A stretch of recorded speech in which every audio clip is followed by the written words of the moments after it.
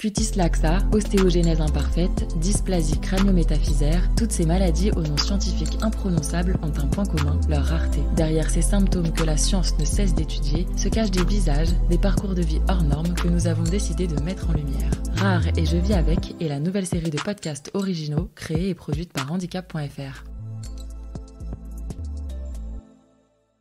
À 39 ans, Nicolas est comme statufié dans un deuxième squelette. Il est atteint de fibrodysplasie ossifiante progressive, ou FOP, aussi connue sous le nom de maladie de l'homme de pierre. Maladie génétique extrêmement rare qui touche moins d'une centaine de personnes en France, la FOP entraîne l'ossification progressive de tous les muscles du corps, sauf le cœur, mais aussi des tendons et des ligaments. Si enfant, la maladie s'est d'abord développée au niveau du cou, elle s'est ensuite propagée à l'épaule, puis a bloqué sa colonne vertébrale, son bassin et ses jambes, faisant progressivement de son corps un sarcophage.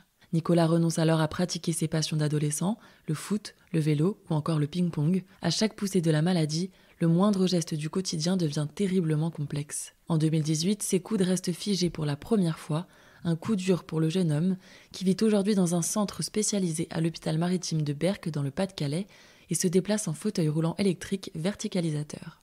Bonjour Nicolas, merci d'avoir accepté notre invitation pour parler de votre quotidien avec la fibrodysplasie ossifiante progressive. Alors, est-ce que vous avez le souvenir des premiers symptômes ?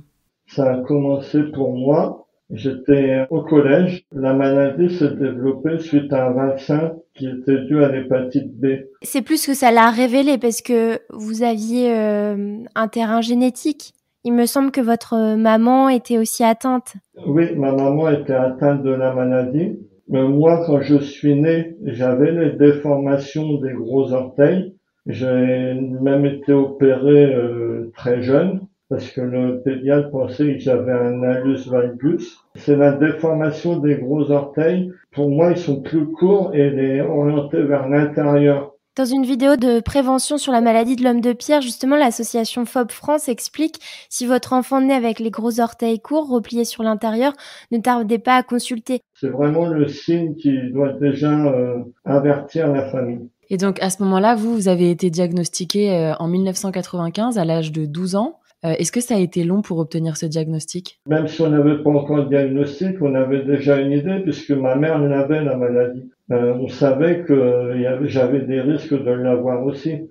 Donc finalement, vous avez grandi avec l'idée que vous pouviez un jour développer cette maladie. Voilà, je l'ai toujours eu sous mes yeux par rapport à ma mère, donc je savais quelque part à quoi m'attendre si ça devait m'arriver. Et à quel âge votre mère a développé la maladie ? Elle l'a eu jeune. Alors, ce qu'on expliquait dans l'introduction, c'est que la maladie s'est ensuite développée au niveau du cou et puis s'est propagée à l'épaule, au niveau du bassin, des jambes. Oui. Comment vous avez accepté, vous, l'évolution de votre corps durant toutes ces années ? C'était très difficile par rapport à mes épaules, mes bras. Je le cachais en fait. Je voulais pas que les gens le voient. Je voulais pas que les gens s'en aperçoivent. C'est quand j'ai commencé à avoir certaines remarques. Des gens, des regards extérieurs qui me disaient oui, mais pourquoi tu te tiens de telle ou telle manière, que j'ai finalement commencé à voir la chose différemment. Mais comment elle se manifestait visuellement, la maladie ? Au début, j'avais comme des boules. Au niveau de la surface de la peau. Ouais. Pour vous donner un exemple, vous voyez le bossu de Notre-Dame, le bossu dans le dos. C'était pas aussi énorme que ça, évidemment, mais ça faisait des boules comme ça sur mes omoplates. Et est-ce que c'était douloureux ? Au début, oui. Ensuite, ça devenait douloureux jusqu'au moment où j'ai eu la réduction du mouvement, parce que moi, je voulais forcément lutter pour garder le mouvement, mais c'était douloureux à ce moment-là. Et ensuite, une fois que c'est ossifié, moi, j'avais plus de douleur tant que je pense pas sur le mouvement, sur le geste. Mais après, on peut avoir des douleurs d'une autre manière, dans le sens où, vous voyez, tous les ans, j'ai une douleur à l'épaule qui revient à la période où il commence à faire froid. Donc on comprend bien que quand votre corps s'est ossifié, sans possibilité de mouvement, finalement, ça préservait des douleurs. Ouais. Et comment vous avez réagi quand vous avez reçu ce diagnostic ? Je me suis dit que malheureusement pour moi, la vie allait être différente de celle que je m'étais imaginée. Et je me suis dit que j'allais devoir faire avec et ne pas me laisser aller, en fait, continué malgré tout à vouloir vivre la vie que j'ai voulu le plus possible avoir, même si c'est devenu avec le temps de plus en plus difficile avec la maladie. Parce que à quelle vie vous vous attendiez au départ? Je voulais avoir une vie dite normale, donc une vie de couple, avoir des enfants, avoir un emploi, avoir une bonne situation, pouvoir vivre le mieux possible en fait.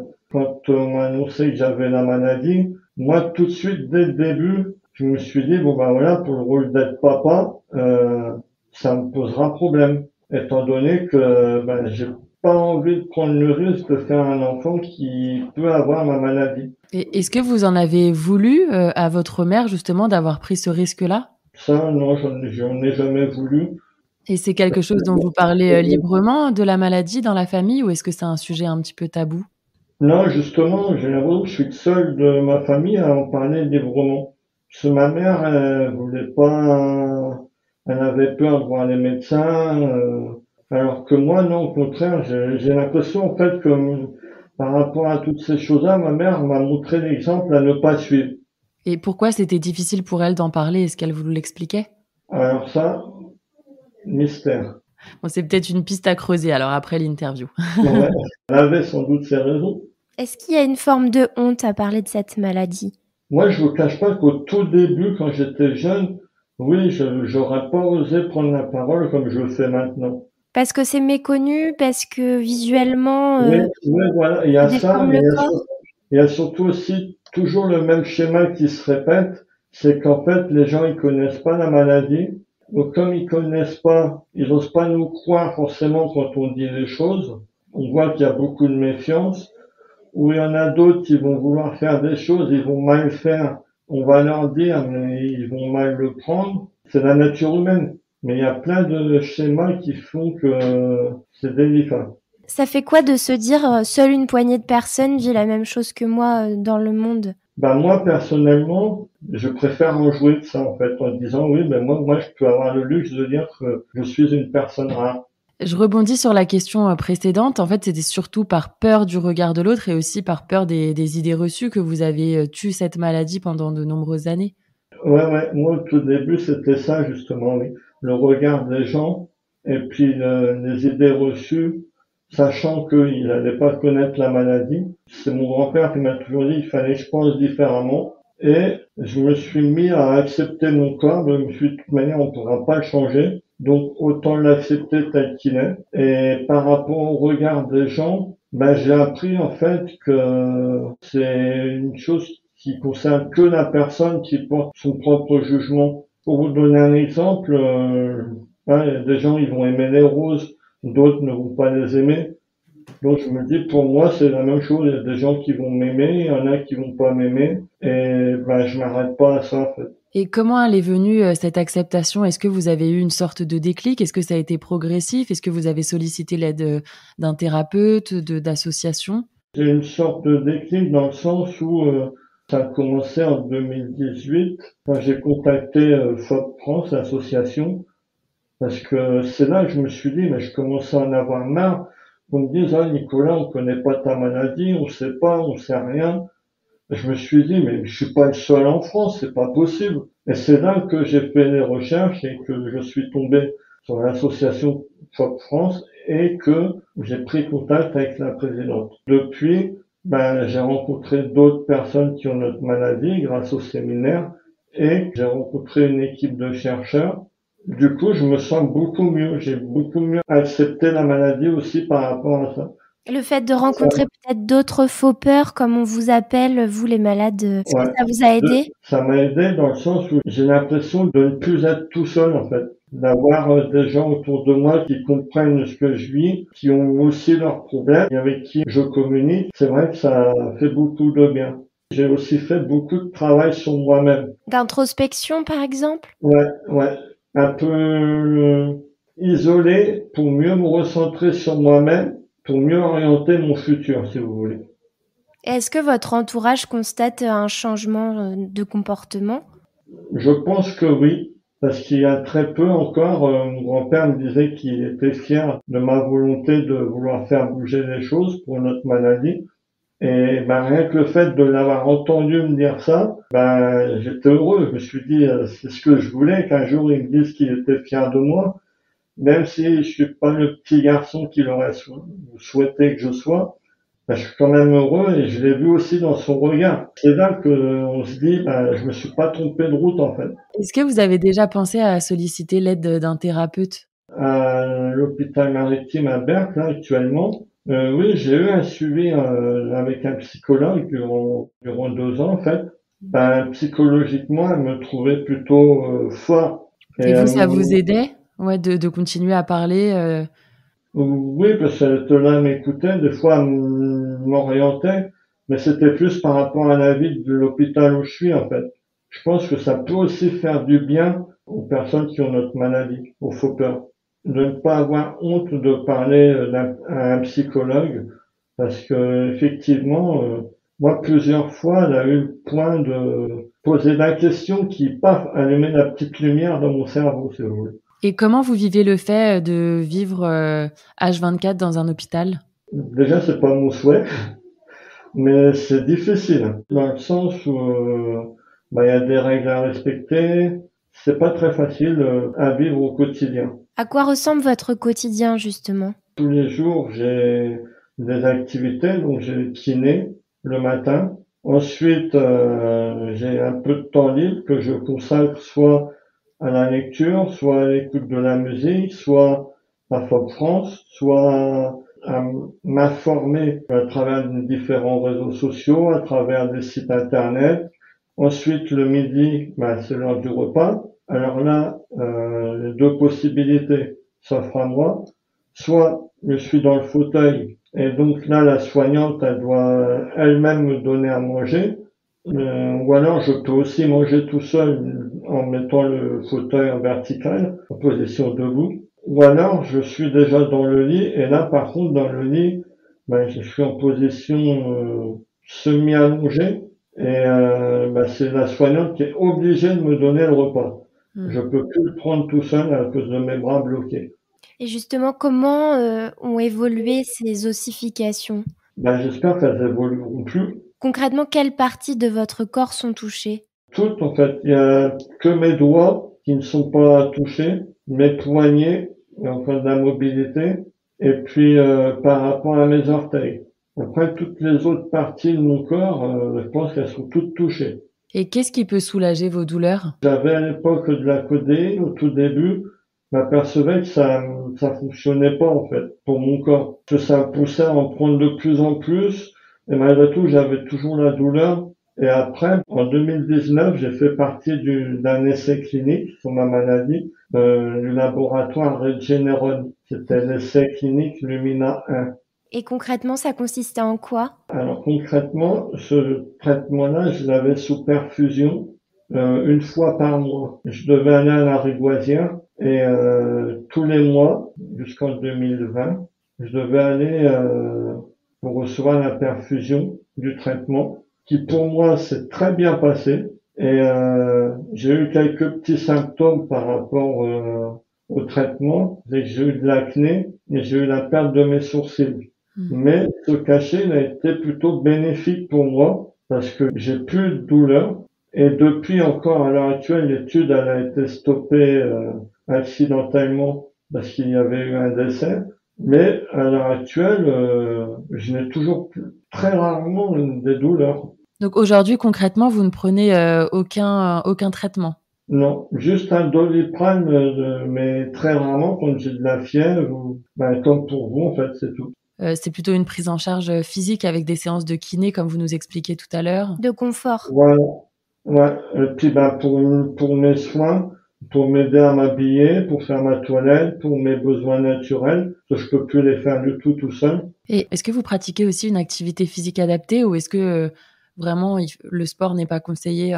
Oui, justement, 2 fois par semaine, j'ai une activité physique adaptée avec un prof APA. Je fais, on va dire, de la musculation adaptée. C'est-à-dire qu'il me fixe un élastique avec différentes résistances. Il me le fixe sur une machine un peu en hauteur pour que je puisse l'attraper avec mon bras. et je dois faire des mouvements de rotation de l'épaule pour faire travailler le peu d'amplitude qui me reste sur mon bras gauche. Est-ce que vous avez l'impression que ça vous aide? Oui, parce que j'adore le sport à la base, donc je me dis que je fais quand même du sport. Et même au-delà du physique, est-ce que ça vous fait du bien, vous, au niveau de votre santé mentale, au niveau de votre bien-être? Oui, oui, pour ma santé mentale, oui. De base, j'adorais le sport, donc je m'en sers un peu comme un exutoire. Pour en revenir aux études cliniques dont vous parliez tout à l'heure, est-ce que vous savez si actuellement il y a des recherches en cours pour inventer un traitement curatif pour la maladie de l'homme de pierre? Justement, il parle de bientôt faire la mise sur le marché du traitement de palovarotène. Je sais qu'il concernait les enfants. Ce serait pour ralentir la progression de la maladie? Ouais, mais c'est vrai que la maladie, si elle peut être stoppée dès le début, ça pourrait être une très bonne chose. Mais par contre, une fois que l'ossification s'est installée, il n'y a pas de retour en arrière possible. Ben, à l'heure actuelle, non. Okay. Je pense que les progrès de la médecine ne le permettent pas encore à l'heure actuelle. Ça veut dire que, par exemple, vos coudes dont vous parliez, qui sont aujourd'hui figés, vous ne pouvez plus les bouger naturellement. Voilà, c'est ça. Je peux plus faire les mouvements naturellement. Donc ça nécessite systématiquement une aide extérieure. Oui, et ben quand on a affaire à plusieurs personnes pour faire une chose toute simple, ben on a aussi autant de personnes différentes qui font à leur propre manière. Donc pour vous donner un exemple, je sais pas, je veux dire pour ranger un stylo posé sur la table, bon ben moi je vais le faire à ma manière et je vais le poser à tel endroit de telle sorte. Mais si justement on a 30 personnes, eh ben je vais avoir 31 manières différentes de poser ce stylo sur la table. Ça veut dire qu'il faut accepter justement que cette perte d'autonomie, ça implique que au quotidien, vous n'ayez pas votre environnement personnel comme vous le souhaiteriez en fait. Il y a ça, mais il y a aussi dans le sens inverse. Il faut aussi les personnes, elles acceptent aussi quand on leur fait la remarque que si c'est pas fait comme nous on le veut, mais qu'on lui demande que ce soit fait de cette manière-là, c'est que pour nous il y a une raison. C'est des détails au final, mais des détails qui ont toute leur importance. Voilà, parce que moi, comme je dis toujours, il faut que les choses elles aillent dans les deux sens.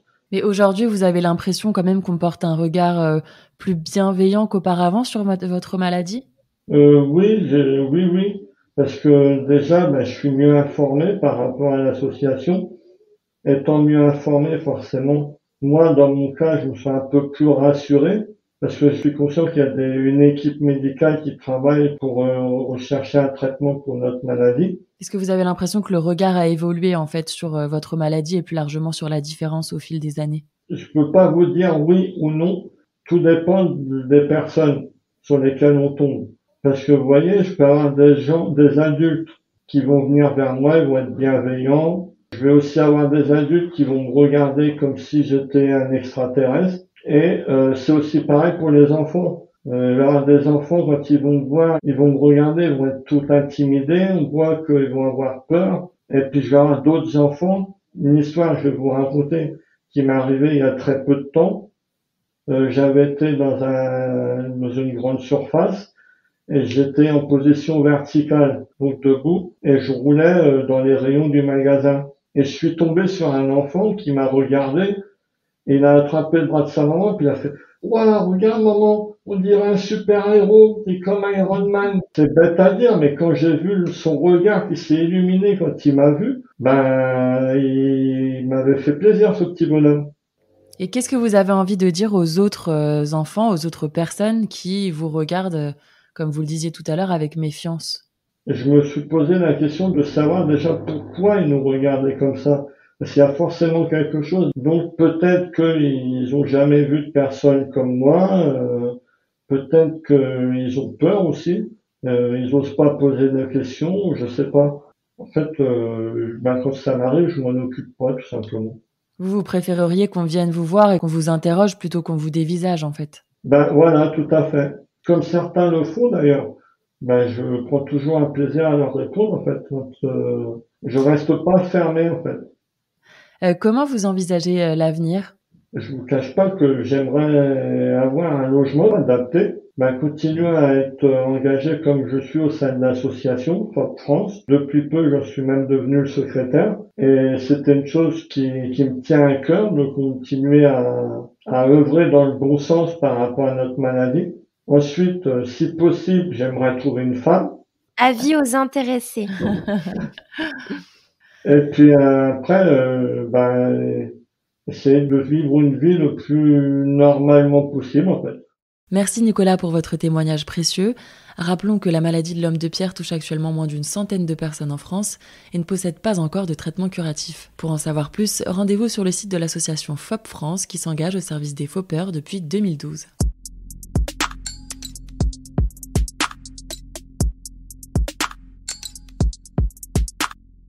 Vous écoutiez un épisode de la série Rare et je vis avec, un podcast sur les maladies rares produit et réalisé par handicap.fr. Pour retrouver tous les autres épisodes, rendez-vous sur le site handicap.fr, rubrique podcast ou sur toutes les plateformes d'écoute.